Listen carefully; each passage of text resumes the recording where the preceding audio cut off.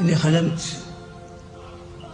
هذا الوطن بلدي في عهد الملك عبد العزيز والملك سعود والملك فيصل والملك خالد والملك فهد رحمه الله جميعا، والآن في عهد الملك عبد الله. ربنا يعطيه القوة والسداد والتوفيق إن شاء الله.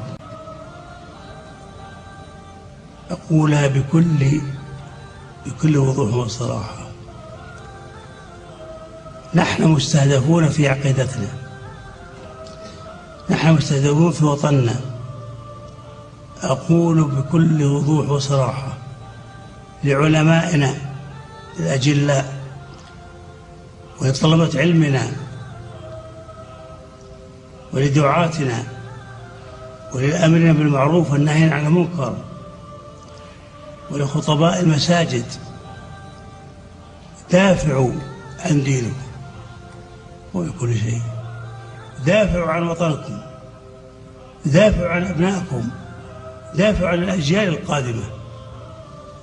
يجب أن نرى عمل إيجابي، ونستعمل كل وسائل العصر الحديثة في خدمة الإسلام، ونقول الحق ولا تأخذنا بالحق لومة لائم. فلنستعمل القنوات التلفزيونية ولنستعمل الإنترنت، وأنتم كل وقت تقرؤون وترون ماذا فيه. أرجوكم من الله عز وجل السداد والتوفيق.